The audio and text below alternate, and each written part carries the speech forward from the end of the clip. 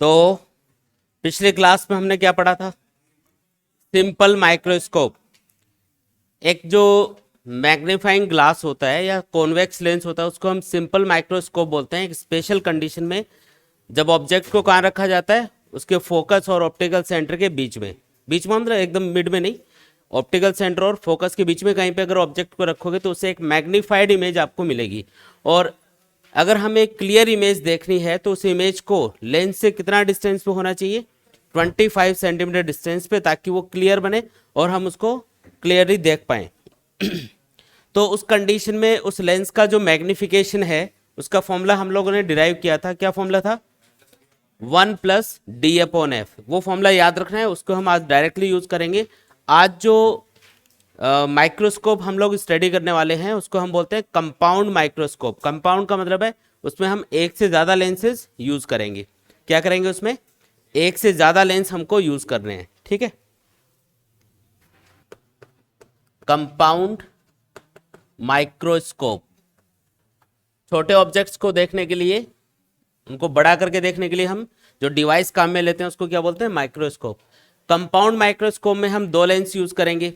पहले लेंस का काम ये रहेगा, जो ऑब्जेक्ट की तरफ रहेगा, ऑब्जेक्ट के पास में जो लेंस होता है उसको ऑब्जेक्टिव लेंस बोलते हैं। और जिधर से हम देखेंगे, है ना, इमेज को देखेंगे, उधर एक और लेंस होगा जिसको हम बोलते हैं आई लेंस। दो लेंस हम इसमें यूज करेंगे। एक होगा ऑब्जेक्टिव लेंस जो ऑब्जेक्ट की तरफ होगा, एक होगा आई लेंस जो आई की तरफ होगा, जिधर से हम देख रहे होंगे। फिर ऑब्जेक्टिव लेंस इसमें छोटा होता है।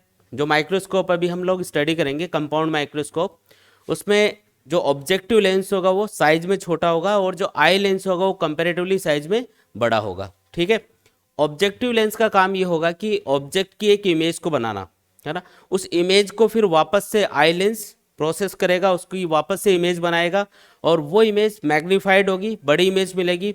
कुछ मैग्निफिकेशन ऑब्जेक्टिव लेंस करेगा और कुछ मैग्निफिकेशन आई लेंस करेगा और इससे हमें एक बड़ी इमेज आपको दिखाई देगी। मतलब दोनों लेंस मिलके किसी छोटे ऑब्जेक्ट को ज़्यादा बड़ा, मतलब ज़्यादा बड़ी इमेज उसकी बना देते हैं, जिससे हमको छोटा सा ऑब्जेक्ट बड़ा होके दिखाई देता है, मतलब जूम होके दिखाई देगा।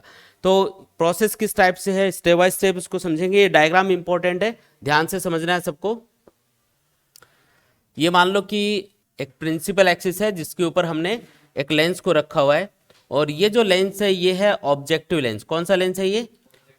इसका मतलब मैं इसको ऑब्जेक्ट की तरफ रखूंगा। ध्यान से समझते जाना, अभी याद हो जाएगा डायग्राम। ये है ऑब्जेक्टिव लेंस और इसका जो ऑप्टिकल सेंटर है इसको मैं बोल देता हूं O1।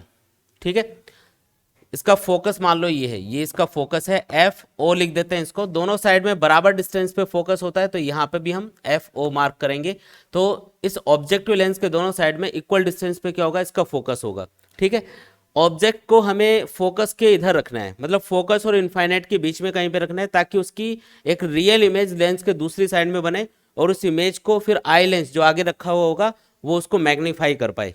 ठीक है ना, इमेज किधर बननी चाहिए? लेंस के दूसरी साइड में, उधर नहीं बनेगी, इधर इमेज बननी चाहिए, ताकि उस इमेज को ऑब्जेक्ट मानते हुए आई लेंस वापस से एक और इमेज बनाए जो मैग्नीफाइड हो। ठीक है, तो ऑब्जेक्ट को सपोज करो मैंने यहाँ पे रखा, ये है ऑब्जेक्ट AB। अब इसकी इमेज कहाँ बनेगी? तो एक लाइट रे हम प्रिंसिपल एक्सिस के पैरेलल लेंस के ऊपर इंसिडेंट करते हैं। रिफ्रैक्शन के बाद में ये कहाँ से पास होगी? फोकस से। रूल हमको याद है, ये फोकस से पास होनी चाहिए। और दूसरी लाइट रे हम ऑप्टिकल सेंटर के ऊपर इंसिडेंट करेंगे और ये विदाउट डेविएशन स्ट्रेट पास हो जाएगी। अब यहाँ पे ये दोनों लाइट रे जो A पॉइंट से चली हैं, ये दोनों लाइट रे कहाँ पे इंटरसेक्ट कर रही है? इस वाले पॉइंट के ऊपर। तो यहाँ पे A पॉइंट की इमेज बनेगी जिसको हम A' बोलेंगे और B पॉइंट की जो इमेज बनेगी उसको हम B' बोलेंगे। और वो कहाँ पे बनेगी? तो इस प्रिंसिपल एक्सिस के ऊपर बनेगी। तो इसके लिए हम A' वाले पॉइंट को प्रिंसिपल एक्सिस से मिलाएंगे, मतलब एक परपेंडिकुलर ड्रॉ करेंगे और ये वाला जो पॉइंट आपको मिलेगा इसको हम क्या बोलेंगे? B'। तो ये इमेज होगी A' B'। अब यहाँ पे आप क्या देख रहे हो कि जो इमेज है वो ऑब्जेक्ट के रेस्पेक्ट में इन्वर्टेड है, मतलब उल्टा इमेज दिखाई देगी आपको। ठीक है, यहाँ पे इमेज क्या हो गई? इन्वर्ट हो गई। कितना डिस्टेंस पे इमेज बन रही है? तो मान लो कि ये वाले जो डिस्टेंस है ऑब्जेक्ट की लेंस के ऑप्टिकल सेंटर से जो डिस्टेंस है इसको हम बोल देते हैं UO। ओ मैं इसलिए लगा रहा हूँ हर बार क्योंकि ये ऑब्जेक्टिव लेंस के लिए सारी चीज़ें लिखी जा रही हैं और इमेज यहाँ पे बन रही है। इमेज की जो डिस्टेंस होती है उसको हम क्या बोलते हैं? V। तो उसको VO लिख देंगे यहाँ पे। समझ में आया क्या? ये इतनी बात समझ में आई सबको? यहाँ तो कोई डाउट? ठीक है, अब ये जो इमेज बनी है इसकी वापस से इमेज बनाएगा दूसरा लेंस जिसको हम क्या बोलेंगे, आई लेंस, जिधर से हमको देखना है। ये ऑब्जेक्ट था तो ये वाला लेंस ऑब्जेक्टिव लेंस, इधर एक और लेंस रखेंगे। अब वो जो इमेज बनेगी, एक तो उसको मैग्नीफाई करना है अपना टारगेट का, एक तो वो बड़ी बननी चाहिए, दूसरा टारगेट ये है कि हमको क्लियर भी दिखाई देनी चाहिए। तो उसके लिए हमने पढ़ा था सिंपल माइक्रोस्कोप में कि अगर हम लेंस के ऑप्टिकल सेंटर और फोकस के बीच में ऑब्जेक्ट को रखते हैं और इमेज को डी डिस्टेंस पे बनाते हैं तो इससे हमें एक मैग्नीफाइड और क्लियर इमेज दिखाई देती है। ठीक है, तो हमें कुछ ऐसा सेटअप करना है, इस तरीके से उस लेंस की पोजीशन को एडजस्ट करना है कि ये जो इमेज बनी है जो उस लेंस के लिए ऑब्जेक्ट की तरह काम करेगी, ये इमेज उस लेंस के फोकस और ऑप्टिकल सेंटर के बीच में आ जाए।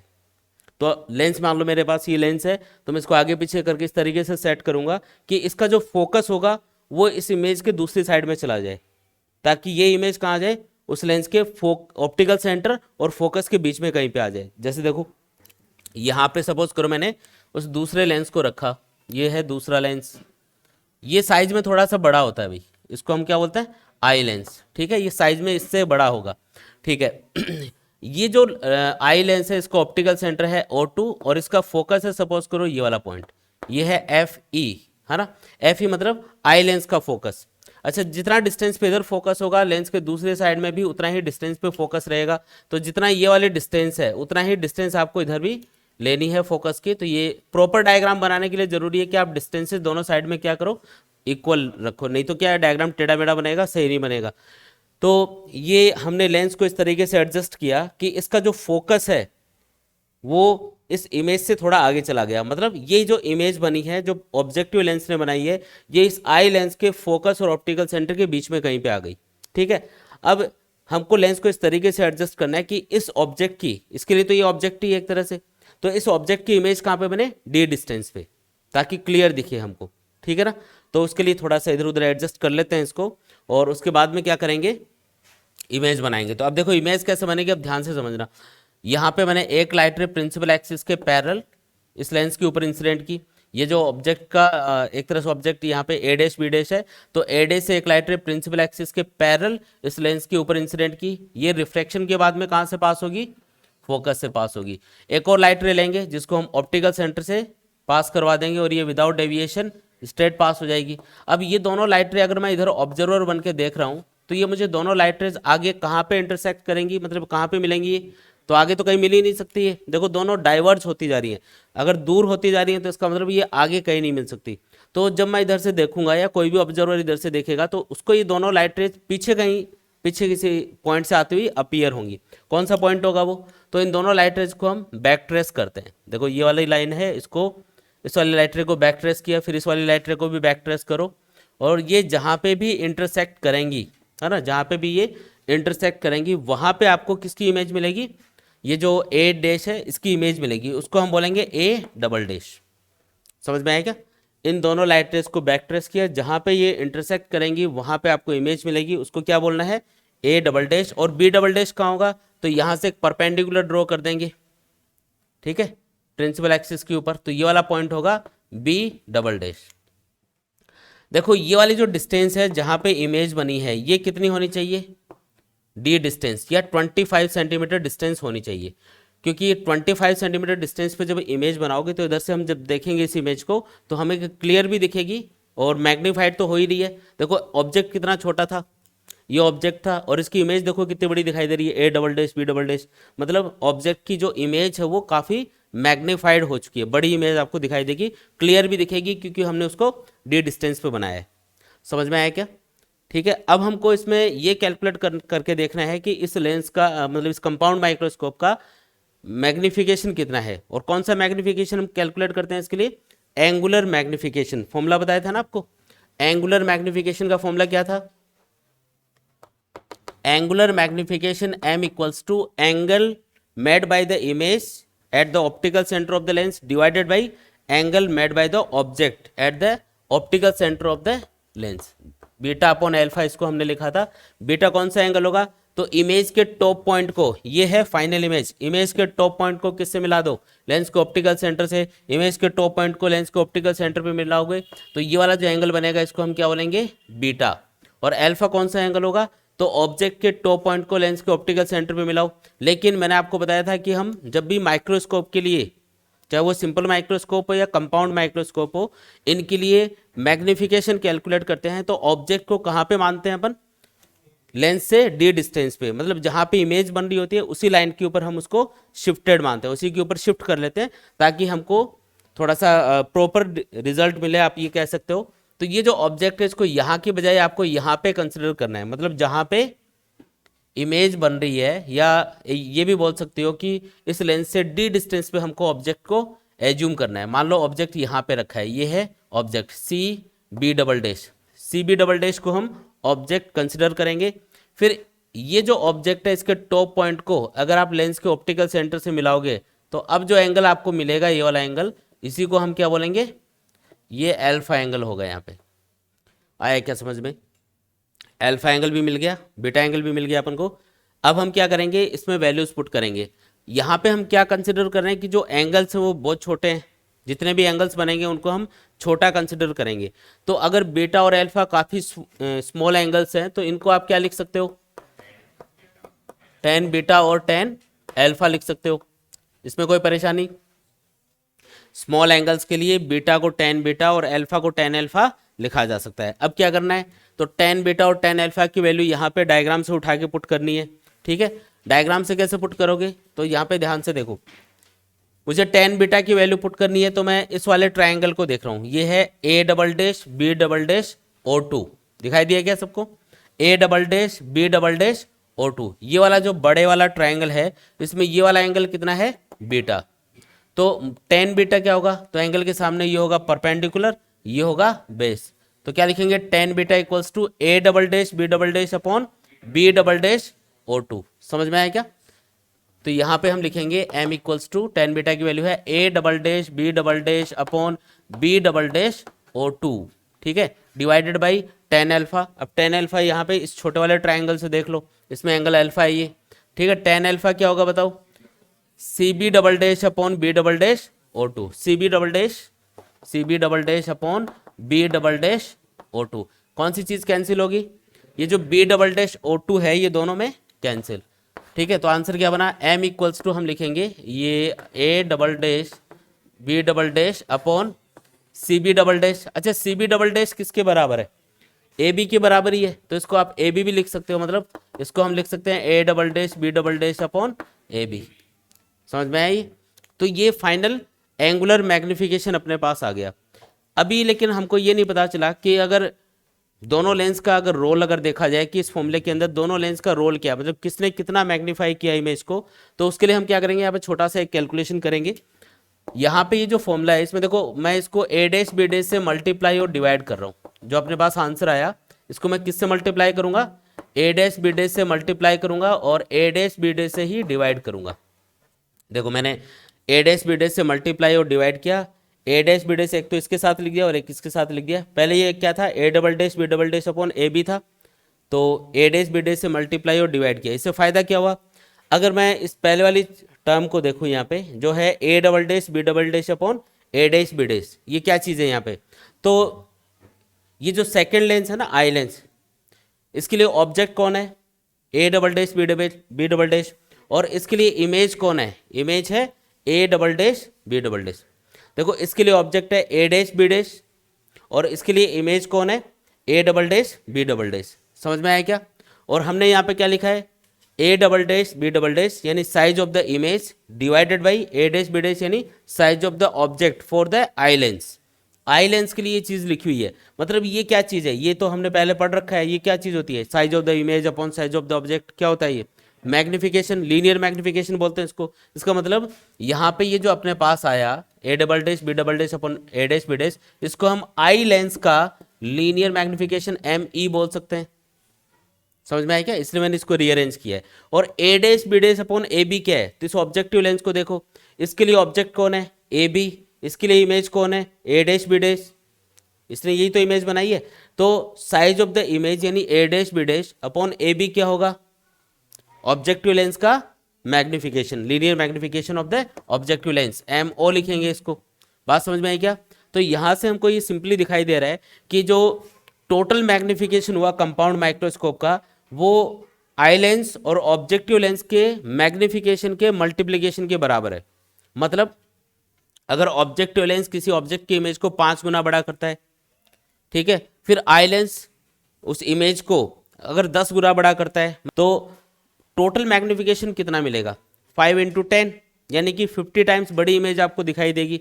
मतलब ऐसा नहीं कि एक सिंगल लेंस यूज़ किया तो उससे 10 गुना बड़ा दिखता है अपन को, दूसरा लेंस यूज़ किया आई लेंस उससे 5 गुना बड़ा दिखता है। तो दोनों को कंबाइन करके आप जब कंपाउंड माइक्रोस्कोप बनाओगे तो उससे आपको टोटल मैग्निफिकेशन कितना मिलेगा? 10 + 5 नहीं मिलेगा, क्या मिलेगा? 10 × 5। इसका मतलब आपको 50 गुना बड़ी इमेज दिखाई देगी। और अगर एक लेंस और लगा दो इसके सामने जिसका मैग्निफिकेशन 10 हो, तो ये उसको 10 टाइम्स और बढ़ा देगा। अगर 50 गुना बड़ी इमेज इन दोनों लेंस से मिल रही है और एक और लेंस सामने लगा दिया जिसका मैग्निफिकेशन है 10, तो मल्टीप्लाई करो 10 से, तो 500 गुना बड़ी इमेज दिखेगी। लेकिन एक लॉस होगा, कौन सा लॉस?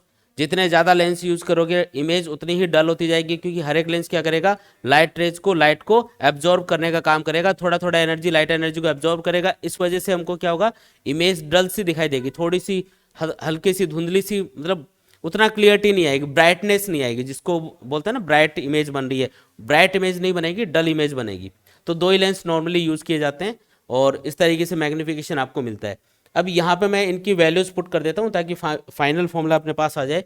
m = हम लिखेंगे, पहले मैं MO की वैल्यू पुट कर रहा हूँ।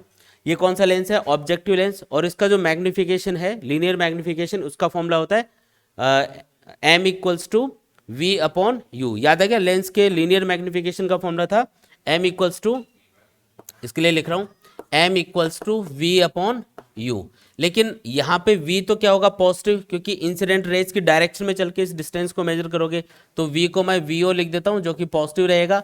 लेकिन इसके लिए ऑब्जेक्ट की डिस्टेंस क्या होगी? नेगेटिव। उल्टा चल के मेजर करोगे तो uo क्या होगा यहाँ पे? नेगेटिव। तो जो ऑब्जेक्टिव लेंस है उसका मैग्निफिकेशन कितना मिला बताओ? MO = -VO/UO लिख सकते हो उसको कंबाइंडली। तो MO की वैल्यू अपने पास आ गई। अच्छा, ME क्या होगा? आई लेंस के लिए अगर आप गौर करोगे, यहाँ पे ध्यान से देखोगे, तो आई लेंस के लिए स्पेशल केस बन रहा है। क्या स्पेशल केस है? इसमें ऑब्जेक्ट कहाँ पे रखा हुआ है? आई लेंस के लिए ऑब्जेक्ट कहाँ रखा है? इसके फोकस और ऑप्टिकल सेंटर के बीच में। और इमेज कहाँ पे बना रहे हो? d डिस्टेंस पे। ये केस हम ऑलरेडी स्टडी कर चुके हैं सिंपल माइक्रोस्कोप वाले केस में, और उसमें मैग्निफिकेशन कितना मिला था? याद करो, 1 + d/f। याद है क्या? 1 + d/f। अब ये कौन से लेंस के लिए लिख रहा हूं मैं? आई लेंस के लिए। तो यहाँ पे फोकल लेंथ किसकी लेनी है? आई लेंस की लेनी है। और d यहाँ पे 25 सेंटीमीटर डिस्टेंस होगा, ये तो फिक्स है, ठीक है। तो ये वैल्यू हम ME की जगह पुट कर देंगे। तो फाइनल आंसर क्या बना? m = बताओ, MO की वैल्यू मैं पहले पुट कर रहा हूँ -VO/UO इनटू क्या कर दूं? 1 + d/Fe। ये अपने पास में फाइनल आंसर आ गया। तो इतना मैग्निफिकेशन हमको मिल रहा है अभी। कंपाउंड माइक्रोस्कोप से टोटल मैग्निफिकेशन कितना होगा?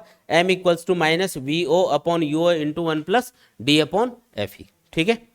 अगर आपको पूछा जाए कि इन दोनों लेंस के बीच की डिस्टेंस कितनी है, बता सकते हो क्या? दोनों लेंस के बीच की डिस्टेंस कितनी है? Length of the microscope tube, है ना, ये आपको कई बार पूछ लेते हैं।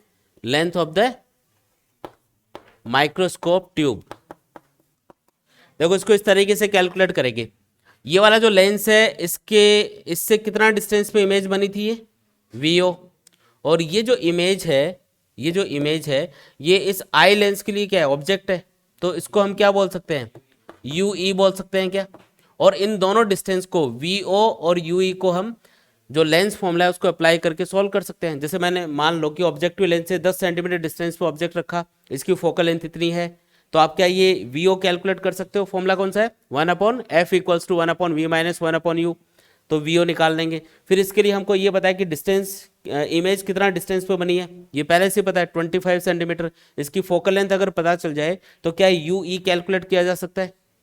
U आपको कैलकुलेट करना है, V आपको दे रखा है, फोकल लेंथ भी दे रखी है, इजीली कैलकुलेट कर सकते हो। तो VO + UE ये क्या होगा? Length of the microscope tube के बराबर होगा। तो L = हम लिखेंगे क्या है ये? VO + UE। ये अपना फाइनल आंसर आ गया। अगर आपको length of the microscope tube पूछा जाए, ठीक है, तो आंसर क्या होगा? L = VO + UE। इसमें साइन कन्वेंशन मत लगा देना, ये तो सिंपल डिस्टेंस मेजर कर रहे हो आप। कहीं आप सोचो कि सर ये डिस्टेंस पॉजिटिव, फिर ये उल्टा मेजर कर रहे हैं तो ये नेगेटिव।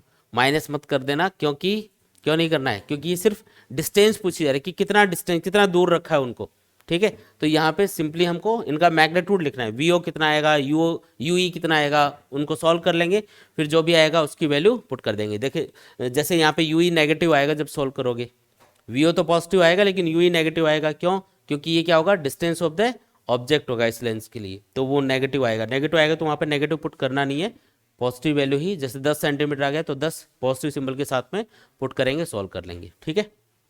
देख लो यहाँ तक कोई डाउट है तो पूछो। देखो यहाँ पे एक क्वेश्चन पूछा जाता है कई बार, एग्जाम में कई बार पूछा जाएगा कि ये जो लेंस है कौन सा लेंस है, ये ऑब्जेक्टिव लेंस, कॉन्वेक्स लेंस तो है लेकिन इसको हमने अभी क्या बोला, ऑब्जेक्टिव लेंस बोला। तो ये जो ऑब्जेक्टिव लेंस है इसको छोटा क्यों लिया है, क्वेश्चन क्या है, बड़ा भी तो ले सकते थे, क्या परेशानी है उसमें, इतनी जगह नहीं होती क्या हमारे पास। एक चीज और बता दूं आपको कि यहाँ पे दोनों लेंस होते हैं ना माइक्रोस्कोप ट्यूब के अंदर, वो फिक्स होते हैं दोनों। आपने देखा कभी माइक्रोस्कोप, अगर आप बायो वाली लैब में कभी गए हो तो इस टाइप का सा एक इंस्ट्रूमेंट, ये देखो ऐसा सा एक इंस्ट्रूमेंट होता है, यहाँ पे एक टेबल होती है जिसके ऊपर ये फिक्स होता है और यहाँ पे ऑब्जेक्ट को रखा जाता है, और इस इधर से अपन देखते हैं तो यहाँ पे ऑब्जेक्ट को रखा जाता है, और ये दोनों लेंस होते हैं ना ये फिक्स डिस्टेंस पे होते हैं, इनके बीच की डिस्टेंस फिक्स होती है नॉर्मली।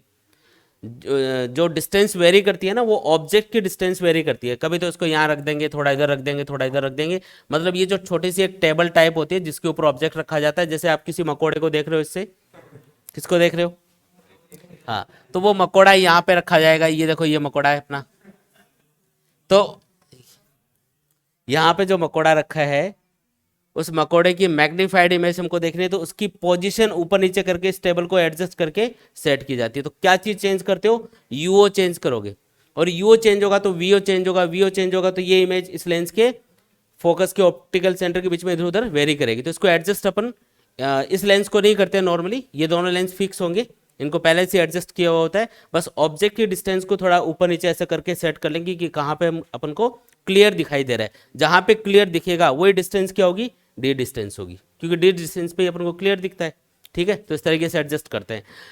तो क्वेश्चन ये था कि माइक्रोस्कोप के अंदर ये जो ऑब्जेक्टिव लेंस है इसको छोटा क्यों लेते हैं अपन, 1 मार्क्स वाला क्वेश्चन है ये आपका। तो इसका रीजन है फील्ड ऑफ व्यू इंक्रीज करने के लिए। अब ये याद रखना है फील्ड ऑफ व्यू क्या चीज होती है, फील्ड ऑफ व्यू का मतलब है कि जिस ऑब्जेक्ट को आप देख रहे हो उसका बड़ा एरिया आपको जूम होके दिखाई देना चाहिए लेंस में। ऐसे नहीं कि आप मकोड़े को देख रहे हो उसका सिर ही दिखाई दे रहा है इतना बड़ा, पूरी बॉडी दिखनी चाहिए उसकी, है ना। ये मतलब जितना बड़ा ऑब्जेक्ट है वो पूरा का पूरा उसमें दिखना चाहिए। ऐसा नहीं कि आपको जूम तो होके दिखाई दे रहा है लेकिन उसका छोटा सा पार्ट दिखाई दे रहा है, तो फिर तो काम का ही नहीं हुआ ना। वो माइक्रोस्कोप पे आपको जो ऑब्जेक्ट आपने रखा वो पूरा बड़ा दिखना चाहिए, मतलब फील्ड ऑफ व्यू इसको बोलते हैं कि फील्ड ऑफ व्यू मतलब जो देखने वाला व्यू है ऑब्जेक्ट का वो बड़ा होना चाहिए। मतलब फील्ड ऑफ व्यू मतलब वो एरिया जो आपको दिखेगा माइक्रोस्कोप से वो बड़ा करने के लिए हम ऑब्जेक्टिव लेंस को हमेशा छोटा लेंगे। और दोनों की फोकल लेंथ क्या होनी चाहिए, फोकल लेंथ की तो यहाँ पे फॉर्मूले में तो एक ही आ रही है, वैसे दोनों की फोकल लेंथ वैसे स्मॉल होनी चाहिए। दोनों की फोकल लेंथ कम होने से फायदा क्या होगा, दोनों लेंस की पावर ज़्यादा होगी। भाई फोकल लेंथ कम होने से क्या होता है, फोकल लेंथ पावर के इन्वर्सली प्रोपोर्शनल होती है, और जितना पावरफुल लेंस होगा वो उतना ही ज़्यादा इमेजेस को बड़ा कर पाता है, बड़ा जूम कर पाता है, ज़्यादा हमको बड़ी इमेज दिखा पाता है। तो यहाँ पे फोकल लेंथ दोनों लेंस की छोटी होनी चाहिए, ऑब्जेक्टिव लेंस हमेशा छोटा होना चाहिए साइज में, ये भी याद रखना है। और बाकी फॉर्मूले में वैल्यू पुट करके हम सॉल्व कर ही लेंगे। अगर आपको मैग्निफिकेशन पूछा जाता है, एक चीज़ और है लास्ट कि ये फॉर्मूला है इसमें मैंने साइन कन्वेंशन ऑलरेडी यूज़ कर लिया है। अगर इस पर कोई न्यूमेरिकल आता है कि एक कंपाउंड माइक्रोस्कोप है उसका मैग्निफिकेशन बताओ, तो आपको V O U O D F E इनकी किसी की भी वैल्यू सिंबल के साथ पुट नहीं करनी है। क्या नहीं करना है, सिंबल के साथ वैल्यू पुट नहीं करनी है। नोट्स में लिख लेना कि इस फॉर्मूले के अंदर वैल्यूज ऑलरेडी सिंबल के साथ में लिखी हुई हैं। ये माइनस क्यों आया है यहाँ पे, ये एम ओ इंटू एम, ये तो पॉजिटिव वैल्यू थी, माइनस क्यों हो गया, क्योंकि सिंबल के साथ में वैल्यू पुट करी। तो ऑलरेडी वैल्यूज आप सिंबल के साथ पुट कर चुके हो। जब आप लिख लो इसमें न्यूमेरिकल सॉल्व करते टाइम हम, हाँ लिख लो, ऐसा क्या दिक्कत है, आपको याद रहना चाहिए, नीचे लिख लो नोट लगा के, न्यूमेरिकल सॉल्व करते टाइम हम इस फॉर्मूले के अंदर ऐसा एरो लगा के लिख दो, हम इस फॉर्मूले के अंदर वैल्यूज विदाउट सिंबल पुट करेंगे, सिर्फ न्यूमेरिकल वैल्यूज पुट करनी है, सिंबल हम ऑलरेडी लगा चुके हैं, ठीक है, ऐसा लिख लो। हाँ ये और है कि देखो यहाँ पे हमेशा माइक्रोस्कोप से और टेलीस्कोप पढ़ोगे आप आगे, उन सब में हमेशा इन्वर्टेड इमेज दिखाई देती है। कैसी इमेज मिलेगी? हमेशा इन्वर्टेड। तो अगर इमेज को सीधा करना है तो क्या करेंगे? ऑब्जेक्ट को उल्टा रख देंगे। कौन बोल रहा है ये? नहीं, बिल्कुल सही बोला उसने। अरे यही करते हैं। अब मकोड़ा है, उसको रखा आपने, अब उल्टा दिख रहा है तो उसको उल्टा रख दो तो सीधा दिख जाएगा। वो यही करते हैं। ऑब्जेक्ट को उल्टा रखेंगे तो वो सीधा दिखेगा, सीधा रखोगे तो उल्टा दिखेगा। हमेशा इन्वर्टेड इमेज दिखाई देगी। अरे सिंपल कॉमन सेंस यूज करेंगे इसमें। ऐसे थोड़ी ये सर एक काम करेंगे, आगे एक लेंस और लगा देंगे, उससे इन्वर्टेड इमेज बना लेंगे, तो उससे तो डल इमेज बनेगी ना। फिर ऐसा करना ही नहीं अपन को। ऑब्जेक्ट को उल्टा रख दो, सीधा दिख जाएगा। ठीक है? अरे आया कि नहीं आया? क्लियर है एकदम? आगे बढ़े। अगला टॉपिक है टेलीस्कोप। नाम सुना है क्या? क्या चीज होती है टेलीस्कोप? टेले का मतलब होता है दूर। टेले का मतलब क्या है? दूर। टेलीविजन होता है ना, टेलीविजन। दूर की चीजों का विजन यानी दिखाने वाला इंस्ट्रूमेंट टेलीविजन। तो टेलीस्कोप क्या होगा? बहुत दूर अगर कोई भी ऑब्जेक्ट है, कोई चीज है, और उसको हम देखना चाह रहे हैं पास लाके एक तरह से, या उसकी मैग्नीफाइड इमेज बनाना चाह रहे हैं, जितना बड़ा ऑब्जेक्ट आपको दिख रहा है। देखो इसमें ऑब्जेक्ट की जो इमेज बनेगी वो ऑब्जेक्ट से बड़ी नहीं बनेगी कभी। मान लो एक दूर पहाड़ है, उसको आप देखना चाह रहे हो, तो पहाड़ तो इतना बड़ा है कि उसकी उससे बड़ी इमेज नहीं बनेगी रियल में। आपको अभी जो जितना बड़ा वो दिख रहा है, इतना सा दिख रहा है दूर से वो, तो वो इतना बड़ा दिख जाएगा पहाड़। तो आपके लिए तो वो जितना बड़ा दिख रहा था उससे बड़ा दिखाई देगा वो। तो वो कौन सा मैग्निफिकेशन होता है? वो एंगुलर मैग्निफिकेशन बोलते हैं इस चीज़ को। आपको कौन सा मैग्निफिकेशन मिलेगा? एंगुलर। जिसमें जिस एंगल पे आपको वो दिख रहा होता है ना, इतना सा ऑब्जेक्ट है, उसके टॉप पॉइंट को लेंस के आई लेंस के ऑप्टिकल सेंटर से मिलाओगे तो एक छोटा एंगल बनेगा, उससे बड़े एंगल पे वो दिखाई देगा। मतलब जूम हो गया एक तरह से, लेकिन ऑब्जेक्ट से बड़ी इमेज कभी नहीं बनेगी।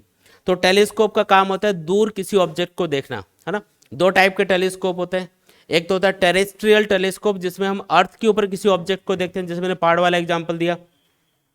आप कहीं पे हिल स्टेशन पे घूमने गए, या अपने हर्ष वाले पहाड़ पे चले गए मान लो, या कहीं भी मतलब, या घर से हर्ष वाले पहाड़ को देख रहे हो, तो जब आप उस पहाड़ को देखोगे टेलीस्कोप से तो अर्थ के ऊपर ही देखना है। और उस कंडीशन में इमेज कैसी दिखनी चाहिए? सीधी या उल्टी? सीधी दिखनी चाहिए, तभी तो मजा आएगा। अरे पहाड़ उल्टा दिख रहा है उसमें तो मजा ही नहीं आएगा।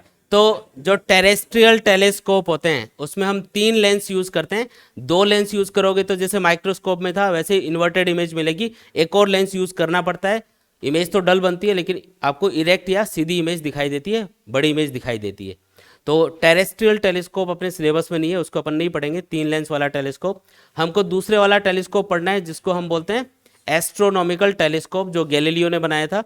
एस्ट्रोनॉमिकल टेलीस्कोप वो टेलीस्कोप है जिसमें 2 लेंस यूज किए जाते हैं, और जो बड़े ऑब्जेक्ट होते हैं जैसे स्टार्स, प्लैनेट्स, हेवनली बॉडीज जिनको बोला जाता है, उन ऑब्जेक्ट्स को देखने के लिए हम उसको यूज करते हैं।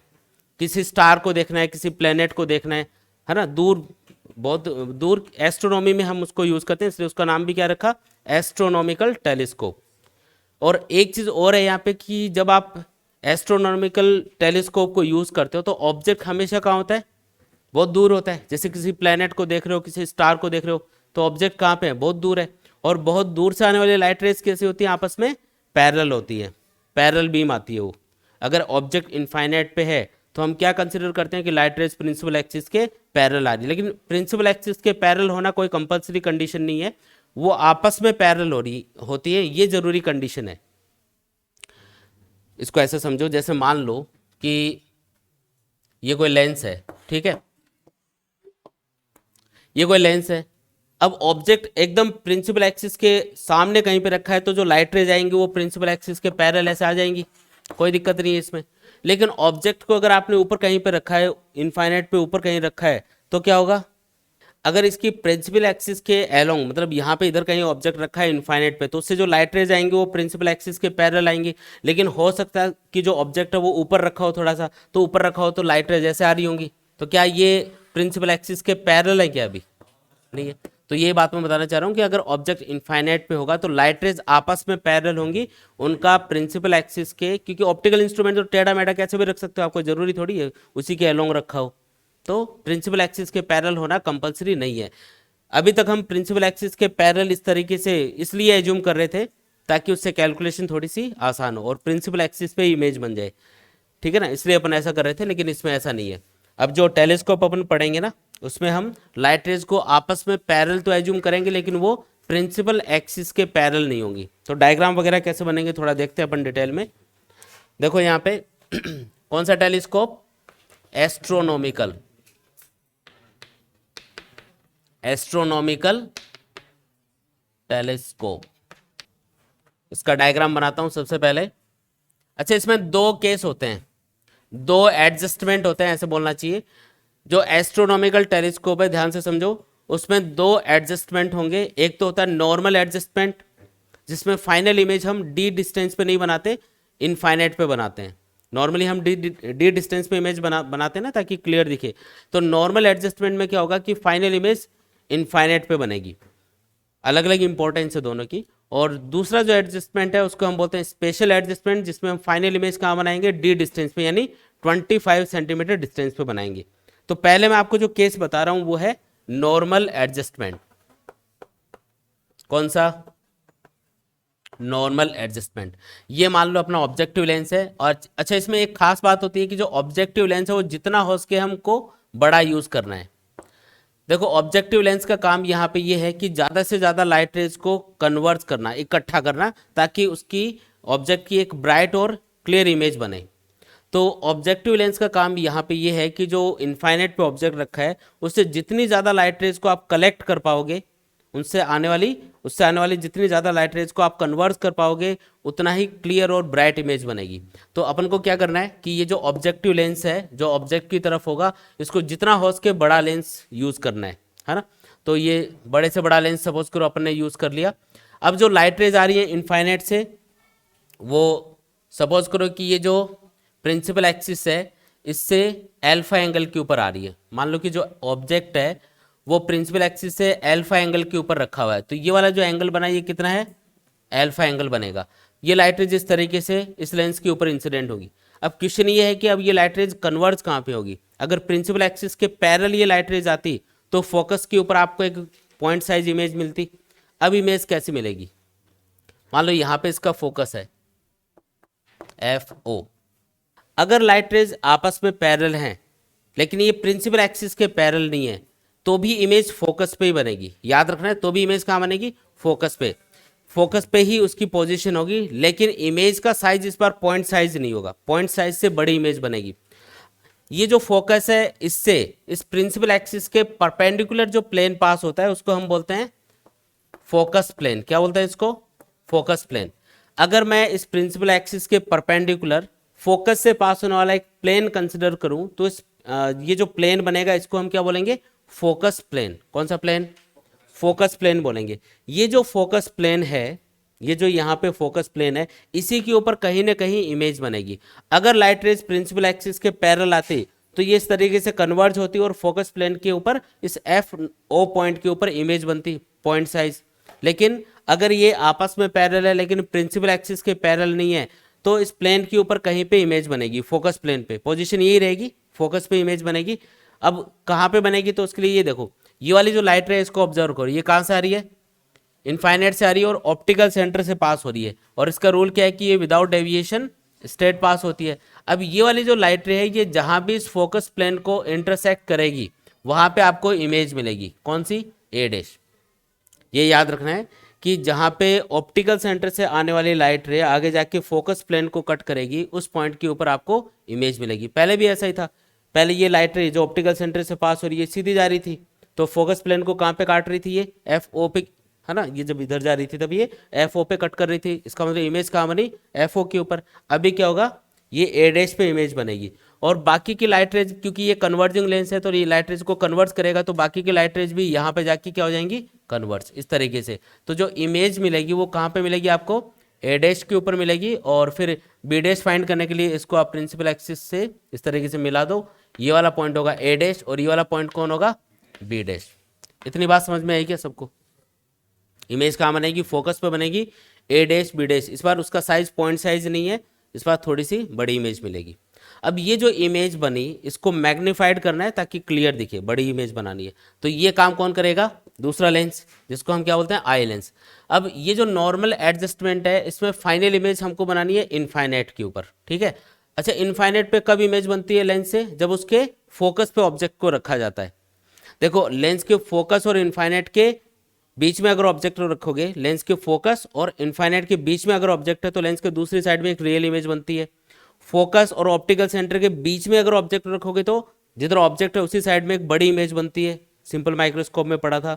लेकिन अगर फोकस पे ही ऑब्जेक्ट को रख दोगे तो इनफाइनाइट पे इमेज बनेगी, क्योंकि after reflection light rays principal axis के पैरेलल हो जाती हैं, अगर वो प्रिंसिपल एक्सिस के पैरेलल आ रही होती हैं, अदरवाइज वो आपस में पैरेलल हो जाएंगी, ऐसे बोलना है। जैसे अभी मैं आपको डायग्राम बना के बताता हूँ कि किस तरीके से वो आपस में पैरेलल होंगी।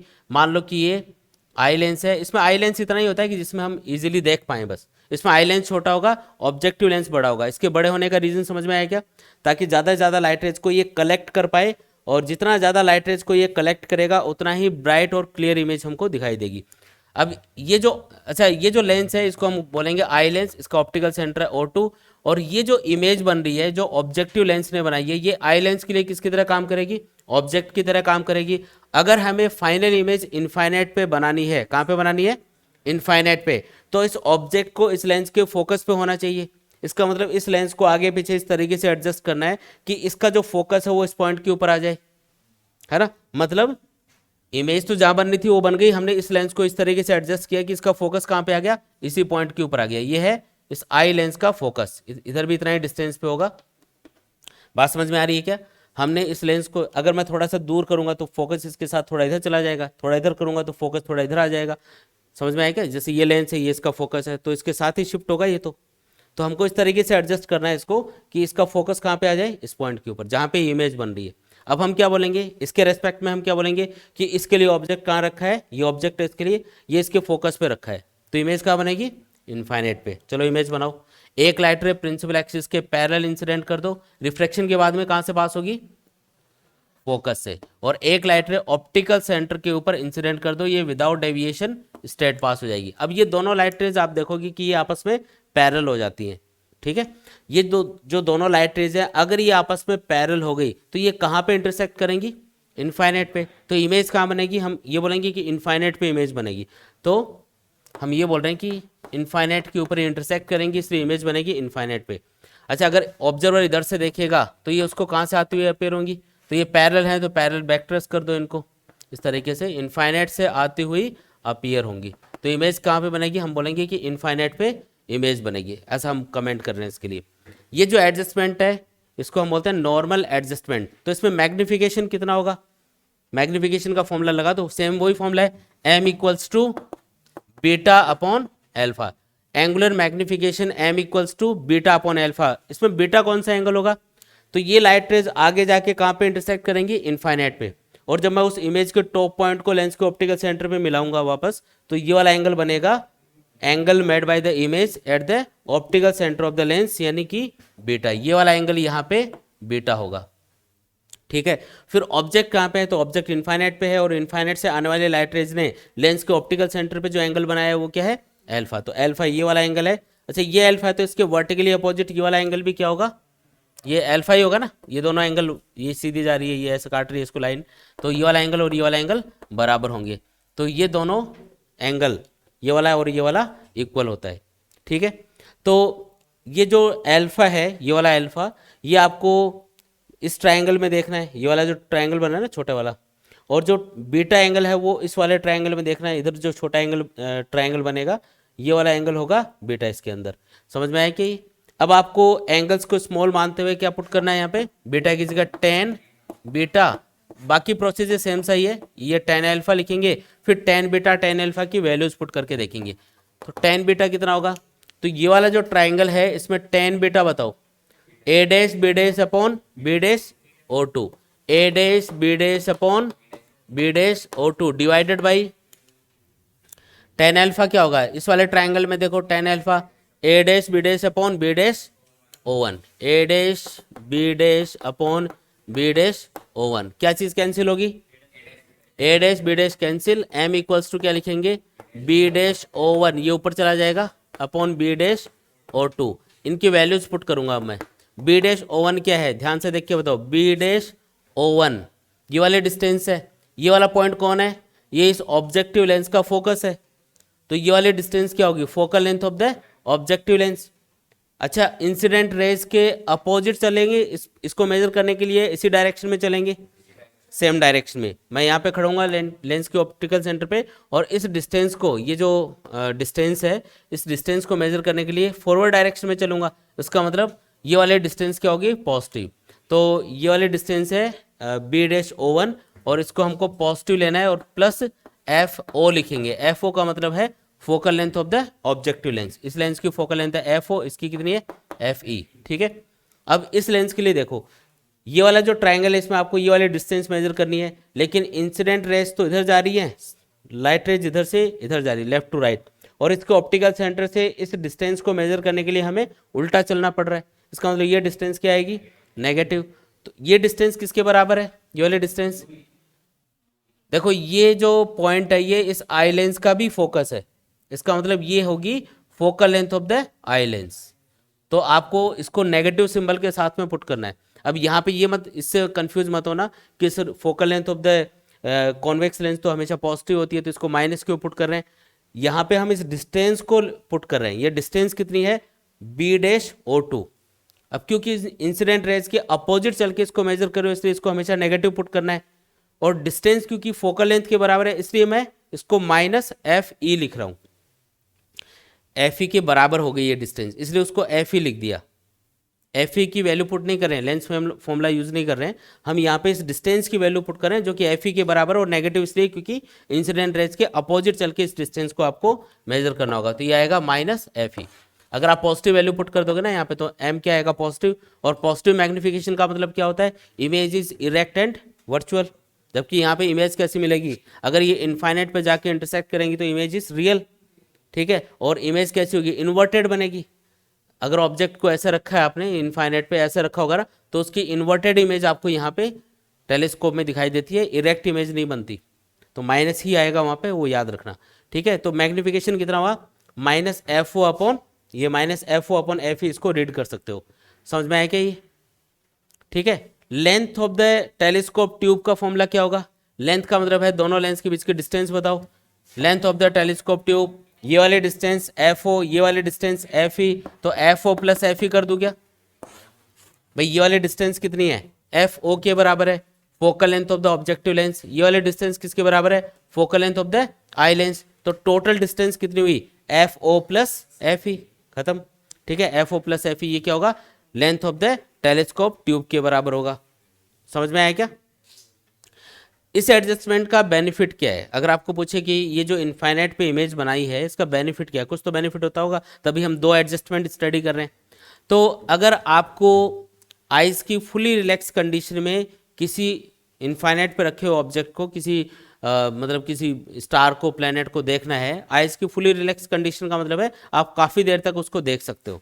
जैसे आप नॉर्मल कंडीशन में क्या करते हो कि जैसे आप किसी दूर की चीज़ को देखते हो, तो उस कंडीशन में आई लेंस को जो लाइट रेज आती है उनको कम बेंड करने की ज़रूरत पड़ती है रेटिना के ऊपर कन्वर्ट करने के लिए। ये हमने पढ़ा था, जब ऑब्जेक्ट इनफाइनाइट पे होगा तो लाइट रेज को कम बेंड करना पड़ेगा रेटिना के ऊपर कन्वर्ट करने के लिए, है ना। तो उस टाइम पे सेलेरी मसल्स क्या रहती है, रिलैक्स कंडीशन में होती है, क्योंकि लेंस को कम, एक तरह से कम बेंड करना है लाइट रेज को, तो उसकी पावर क्या होती है, कम होती है। और जो सिलेरी मसल्स है वो उसको, लेंस को इस तरीके से स्ट्रेच करके रखे हुए होते हैं, उनको उस लेंस को कंप्रेस नहीं करना होता। तो हम बोलेंगे कि आइज़ की रिलैक्स कंडीशन में, फुली रिलैक्स कंडीशन में हम उस ऑब्जेक्ट को देख रहे होते हैं। तो मतलब नॉर्मली आप उसको 1 घंटे तक देखोगे तो भी आंखों में दर्द नहीं होगा, लेकिन अगर आप पास में किसी ऑब्जेक्ट को कंटिन्यूसली देख रहे हो तो आप 5 मिनट भी नहीं देख सकते। करके देखना, 5 मिनट कंटिन्यूसली देखोगे तो आंखों पे ऐसे जोर सा पड़ेगा, आपको लगेगा हेडेक सा हो रहा है। क्यों, क्योंकि पास में जब ऑब्जेक्ट होगा तो जो सिलेरी मसल्स है उनको लेंस को कंप्रेस करना पड़ता है ताकि लेंस मोटा हो जाए और उस पास में रखे हुए ऑब्जेक्ट की क्लियर इमेज रेटिना के ऊपर बने। तो सिलेरी मसल्स को कंटिन्यूसली क्या करना पड़ता है, ऐसे दबा के रखना पड़ता है।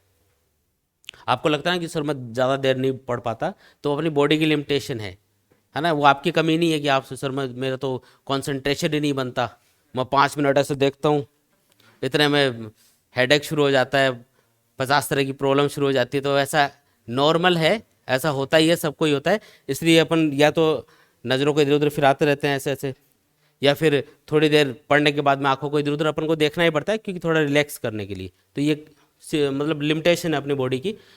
तो यहाँ पे फाइनल इमेज कहाँ पे बन रही है, इनफाइनाइट पे, और इनफाइनाइट पे जब इमेज बनती है या इनफाइनाइट पे रखे हुए किसी ऑब्जेक्ट की इमेज को हम देख रहे होते हैं तो उस कंडीशन में आइज फुली रिलैक्स कंडीशन में होती है, हम ज़्यादा देर के लिए इसको ऑब्जेक्ट की इमेज को देख सकते हैं। तो इसमें फिर ऐसा ही करना चाहिए। वो दूसरा एडजस्टमेंट जो है ना, जिसमें डी डिस्टेंस पे हम इमेज बनाएंगे, उसका क्या रोल है फिर, तो वो इसलिए बनानी है ताकि हमको ज़्यादा क्लियर दिखे। इस कंडीशन में ज़्यादा क्लियर नहीं दिखेगी, रीज़न क्योंकि इसमें मैग्नीफिकेशन थोड़ा कम होता है। इसमें मैग्नीफिकेशन है -FO/FE। अभी आप जब डी डिस्टेंस पे इमेज बनाओगे तो आप देखोगे कि मैग्नीफिकेशन इसकी कंपैरिजन में थोड़ा ज़्यादा मिलेगा। मैग्नीफिकेशन क्या मिलेगा, इसकी कंपैरिजन में ज़्यादा। अगर इससे ज़्यादा मैग्नीफिकेशन है मतलब इमेज आपको और भी ज़्यादा मैग्नीफाई होकर दिखेगी, लेकिन लिमिटेशन क्या है, ज़्यादा देर के लिए उसको आप देख नहीं पाओगे, थोड़ी देर के लिए देखना है तो स्पेशल एडजस्टमेंट कर लो, और ज़्यादा देर के लिए किसी ऑब्जेक्ट को देखना है, प्लैनेट स्टार को, तो नॉर्मल एडजस्टमेंट रखो। ये इनमें डिफरेंस है, ठीक है। तो अभी मैं आपको बता रहा हूँ स्पेशल एडजस्टमेंट, छोटा सा ही है, उसमें आधा काम तो सेम रहेगा। अब सेकंड एडजस्टमेंट है स्पेशल, जहां पे फाइनल इमेज कहां बनानी है अपन को, डी डिस्टेंस पे बनानी है। पहले लेंस के ऊपर यानी ऑब्जेक्टिव लेंस के ऊपर लाइट रेज आपस में पैरेलल आई, इसने इसको कन्वर्ज किया A', B' पे, और एक इमेज बनी फोकस के ऊपर A', B', और इस इमेज को अब मैग्नीफाई करना है, और इस तरीके से मैग्नीफाई करना है कि फाइनल इमेज कहाँ पे बने, डी डिस्टेंस पे बननी चाहिए। तो हम दूसरा लेंस यहाँ पे यूज करेंगे, उसको हम क्या बोलेंगे, आई लेंस। अब आई लेंस पहले सपोज करो यहाँ पे रखा हुआ था और इसका फोकस इस पॉइंट के ऊपर था। अगर हमें फाइनल इमेज डी डिस्टेंस पे बनानी है तो उसके लिए हमने एक कंडीशन पढ़ी थी कि इस ऑब्जेक्ट को उस लेंस के फोकस और ऑप्टिकल सेंटर के बीच में लाना पड़ेगा। तो क्या करें, पहले यहाँ पे लेंस रखा था, थोड़ा सा आगे ले जाओ, उसको आगे ले जाओगे तो उसका फोकस भी आगे शिफ्ट हो जाएगा। मतलब अगर मैं इस आई लेंस को यहाँ पे रख देता हूँ तो इसका फोकस सपोज करो यहाँ पे आ गया, यह है इसका फोकस, है ना, दोनों साइड में बराबर डिस्टेंस पे फोकस होगा। तो हमने क्या किया, सिंपली इस सेकंड लेंस को थोड़ा सा जहाँ पे ये था उससे थोड़ा आगे ले आया इसको, तो फोकस इधर चला गया, ठीक है। अब ये जो ऑब्जेक्ट है इस आई लेंस के लिए, इसकी इमेज कहाँ पे बनेगी, तो क्या करना है, इसके लिए एक लाइट रे को प्रिंसिपल एक्सिस के पैरेलल इंसिडेंट कर दो, आफ्टर रिफ्लेक्शन ये फोकस से पास होगी। एक और लाइट रे ले लो जिसको ऑप्टिकल सेंटर से पास करवा दो, ये विदाउट डेविएशन स्ट्रेट पास हो जाएगी। आगे कहीं पे ये दोनों लाइट रेज मिलेंगे नहीं, इधर से ऑब्जर्वर देखेगा कहाँ से आती हुई अपीयर होंगी, बैक ट्रेस करने पे ये पीछे कहीं पे कहीं से आती हुई अपीयर होंगी, और जहाँ से आती हुई अपीयर होंगी वहाँ पे इस A' पॉइंट की इमेज बनेगी।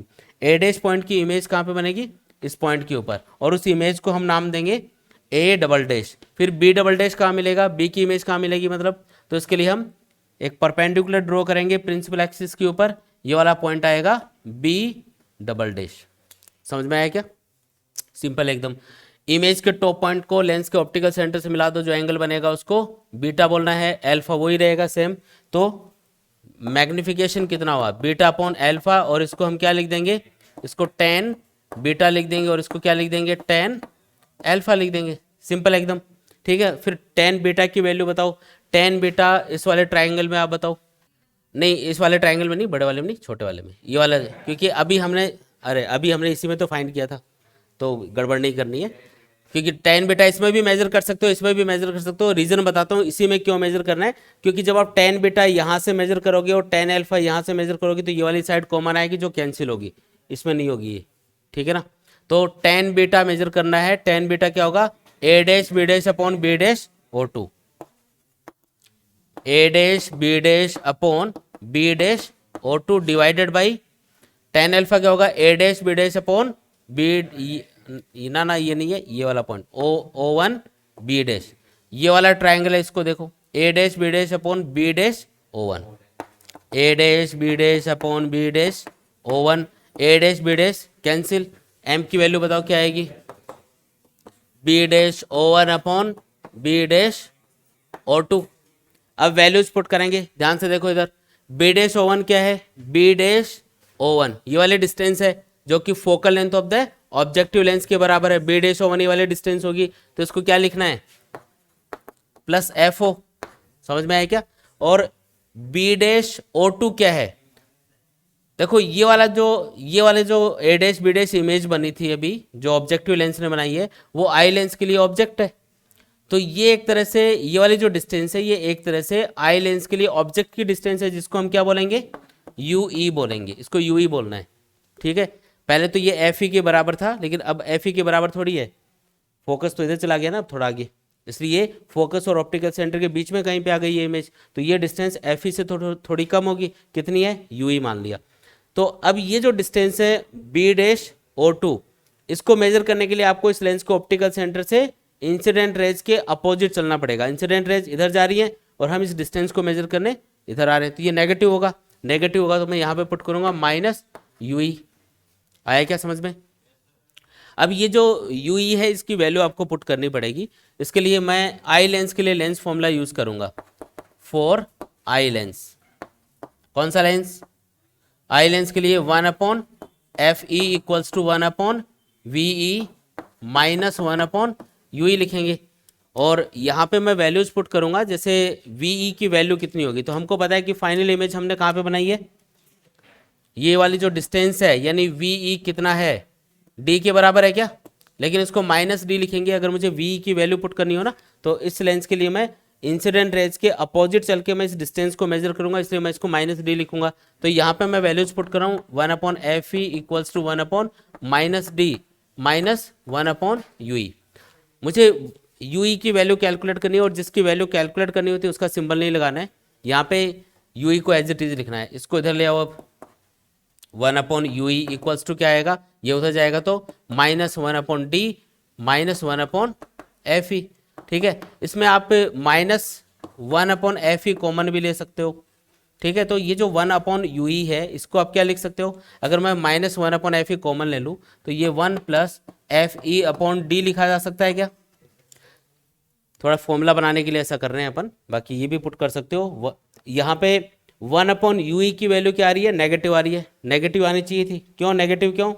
क्योंकि ऑब्जेक्ट की डिस्टेंस हमेशा क्या होती है? नेगेटिव होती है, तो ये नेगेटिव आएगा, तो नेगेटिव आ रहा है यहाँ पे। और 1 यू ई किसके बराबर है? Minus 1 F E into 1 plus F E upon D. अब ये जो फॉर्मूला है इसमें देखो माइनस मैंने ऑलरेडी लगा दिया, यू ई को मैंने नेगेटिव ऑलरेडी पुट कर दिया है, इसको नेगेटिव मानते हुए। तो ये जो नेगेटिव आ रहा है इस नेगेटिव सिंबल को तो यूज़ नहीं करेंगे, बस आपको 1 यू ई की वैल्यू जो 1 F E into 1 plus F E upon D के बराबर है ये इसमें पुट करनी है, यही आपका फाइनल आंसर होगा। इस फॉर्मूले के अंदर वैल्यू पुट कर रहा हूँ। ये देखो m इक्वल्स टू, मैंने इसको लिखा एफ ओ, माइनस में ऑलरेडी लगा चुका हूँ इसके आगे, इसलिए दोबारा नहीं लगाना है। इसको मैं ऐसे लिख रहा हूँ minus F O into 1 U E. लिख सकता हूँ कैसे भाई? इस फॉर्मूले को एफ ओ इंटू माइनस मैंने आगे लगा दिया, F O into 1 U E लिख सकता हूँ क्या? और 1 यू ई की जगह ये वाले टर्म पुट कर सकता हूँ। यहाँ पे क्या आएगा? m इक्वल्स टू, ये समझ लो ना, ये माइनस सिंबल ऑलरेडी लग चुका है यहाँ पे ये वाला, तो ये दोबारा नहीं लगाना है। ये माइनस में इसलिए आ रहा है क्योंकि हमने इसको कैलकुलेट किया है, तो आपको सीधा पुट करना है एफ ओ। ये एफ ओ आ गया, 1 यू ई की जगह ये पुट कर रहा हूँ, तो ये आएगा 1 F E into 1 plus F E upon D. आया कि नहीं आया? और इसमें एक चीज़ यहाँ पे गौर करो कि ये जो मैग्नीफिकेशन है ये कितना है? m equals to minus F O upon F E into 1 plus F E upon D. Simple condition में या सिंपल एडजस्टमेंट के अंदर जो मैग्नीफिकेशन था वो कितना था? Minus F O upon F E अभी, और अब कितना है? Minus F O upon F E into 1 plus F E upon D. क्या मैग्नीफिकेशन पहले से ज़्यादा मिला? भाई 1 में कुछ ना कुछ ऐड हो रहा है तो 1 से बड़ी वैल्यू आएगी। जैसे ये रेशो मान लो 2 है तो 2 + 1 3 बना, तो पहले से मैग्नीफिकेशन कितना होगा? 3 टाइम्स ज़्यादा होगा। तो मैग्नीफिकेशन स्पेशल एडजस्टमेंट में पहले से ज़्यादा मिलेगा नॉर्मल एडजस्टमेंट की कंपैरिजन में। ठीक है, बेनिफिट क्या है? मैग्नीफिकेशन ज़्यादा हो रहा है। लॉस क्या है? आइज़ की फुली रिलैक्स कंडीशन में ज़्यादा देर इस इमेज को नहीं देख सकते। ठीक है, length of the telescope tube अगर पूछा जाए तो फॉर्मूला क्या होगा? ये वाली डिस्टेंस कितनी है? एफ ओ, और ये क्या है? U E. तो फॉर्मूला क्या बना? F O plus U E. आया कि नहीं आया समझ में? यहाँ तक कोई भी डाउट? क्लियर है एकदम? ठीक है, इसको पढ़ के आना, डायग्राम खुद प्रैक्टिस करना, तभी समझ में आएंगे ये।